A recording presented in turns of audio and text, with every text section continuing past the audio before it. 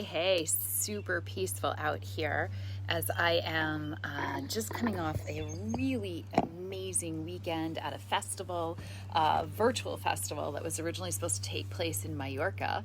And it just wound up being so magical. And the festival was really about just so much, but one of the things that we really focused in on was the energy of the summer solstice and this eclipse that happened right afterwards, and then a new moon. And as a physiologist, quantum physiologist, that's so important. There's so much that we can coordinate with in our own bodies to really nourish and energize ourselves. So every lunar cycle, every new moon, I do a new moon ritual for myself personally, and I've iterated it so many times over the years, and certainly for my clients as well. And they are all my growth partners in this. And one of the things that I have learned more recently that I love and wanted to share out, as I'm literally sitting here right now doing my new moon ritual on this beautiful sunny morning, is cleansing your desires. And I think that a lot of us kind of think that having a desire is somehow bad, but that's very human. It's actually biological. It keeps us alive. It is tied to our nervous system, both sympathetically and parasympathetically. So it's not a matter of trying to drop desire, which I don't agree with that kind of human experience. I believe that we can embrace our human desires and integrate them. And what I would offer is something that I've been doing, which is cleansing your desire. So the desire itself is it pure? Is it pure? Are you pure in your intention? Meaning you're the only person that's going to know if it's pure or not. How do you know if it's pure? Because it feels so good in your heart. Like, if I fulfill this intention, I will feel so good.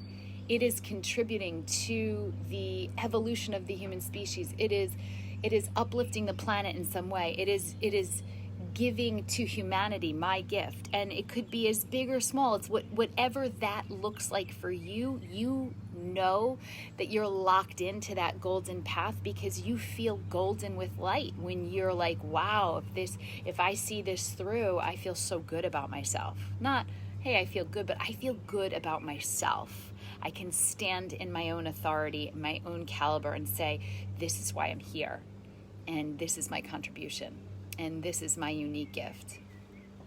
So then you work backwards from there, and knowing, okay, in order for me to materialize, in order for me to bring forth this vision that I have, what are some of the things that I get to do to support myself? So perhaps you're looking to materialize something material, right? Maybe it's money, maybe it's a house, maybe it's and you're like, but if I lived in that environment, I would feel more of these feelings that support me in carrying out my soul's mission. Because you get to be fully supported and you get to choose what that looks like for you. So let's say you're calling in a new environment to really support you in being creative and expansive, and you visualize this, and then you go into a place of, I desire this new home. And then you get to notice, does that desire carry with it an energy of neediness, or what I call the beggar? It's the beggar energy. It's like, oh, please, God, can I just get that new house? Please, I wish I could get it. I really want it. And you're just kind of sitting around in fantasy land, wishing and hoping and praying to God that it's going to drop into your lap. And it puts you in a position where you're really actually repelling that thing, because what is the energy you're actually exuding from your body? It's an energy of beg and plead, which is what's going to reflect back at you, is you're going to show up in situations where you feel like you always have to beg and plead for things, right? And you're not going to get to where you want from a beggar's stance. check in with a desire. Perhaps for you, it looks more like this. You know what? I deserve to live in a better environment. I deserve it.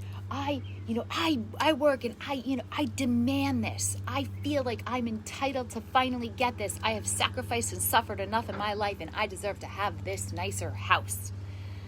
And that is the demander. It's like the indignant energy. And the indignance, again, is a vibratory frequency that is creating this reality, this circumstance where everything feels very, very demanding. People are demanding of you. And again, that's repelling what you're actually looking to call in. So check in on that. And then the third possibility, one I can relate to more than anything else, is the fighter energy. It's like, I'm willing to do whatever it takes to get that house. I will bulldoze, I will work my ass off. That was my favorite statement for years. I will work my ass off to make that shit happen. I will get that house if I die trying.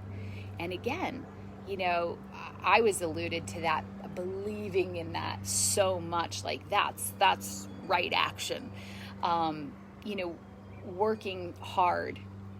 Working hard is amazing. It is creative, it is sensual, it is beautiful, it's part of the whole human experience. It's sweaty, it's bloody, it's awesome.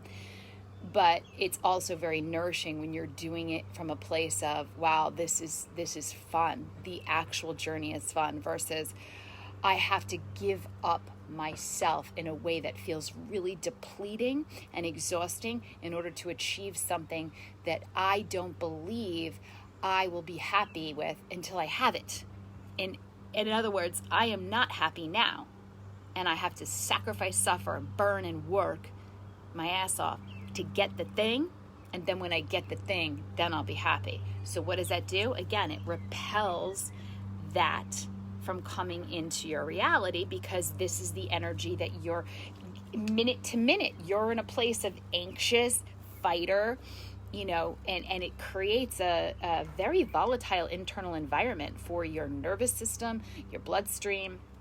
Again, I can speak personally to that because it can really blow out your adrenal glands. So when you're setting your intentions, next new moon cycle, you write this stuff down. I have a whole ritual around it, which is awesome. And if you're interested, I'm happy to share more of that out with you. Feel free to just drop a comment in. I see some people here. Hi. And I will email you more details on this. But specifically around this piece is just, as you're setting your intentions for the next 30 days, just what's jumping out at you? What are you really looking to fulfill, to support you in carrying out your big mission, your big vision, and then just cleanse it down. Am I begging for it? Am I feeling indignant around it? Am I trying to fight for it? And once you tune into what that is, so let's say you see, I'm in this fighter energy, just drop the level of importance around it. Step into a place of knowing, of course the divine or God or heaven or your ascended master, whatever it is, the higher self, whatever you subscribe to, of course it's done. Of course the world is going to show up to support me. That's the whole point. So I trust in that. And summer solstice is a great opportunity to surrender into the knowing, just surrender into, of course, my world is here to support me in ways that I can't see with my own brain, because if I could see it from my brain, I would have already done it. So you materialize beyond the brain, and you just allow your brain to get off the hook and get out of that fighter stance. And when you start to feel that tightness come up in you, you notice it in your body. It feels tight. Something is depleting me. Let me breathe into that. I'm feeling like I have to fight. I have to work really hard to get something. Well, what is it about right now that I can be really happy with? What am I grateful for right now? Can I experience deep appreciation and start to radiate that energy and open your cells up and start to expand around that? And take a breath and a pause and start to just feel that appreciation wash over you. And from there, in a place of peace, cellular piece and more self-compassion. It's like, yeah, of course, of course I am here to fulfill this dharma. That's why I was put in skin, and of course I get to support myself in doing that by having this home. It wouldn't be in my field if it didn't already exist. So I believe in that. So what do I get to do now to work while I wait for the bus to come, basically? You know the bus is coming. You're at the bus stop. So what are you going to do? Take the next right action that feels really good to you and drop all of that other energy around it. You take that energy and you put it into the action that feels amazing. Maybe it's, sitting in meditation, you have a revelation, you go and you call somebody that you haven't thought of in a while, and next thing you know, you got a great business deal on the table. Or, maybe you're just in that pause, you sigh and you go, oh my gosh, I never would have thought of solving that way. That's so interesting. You just allow instead of. So much love. Peace out. Hopefully this serves you. And again, if you are looking for more support, please reach out. I'm here. I'm happy to talk. Don't be afraid. So much love.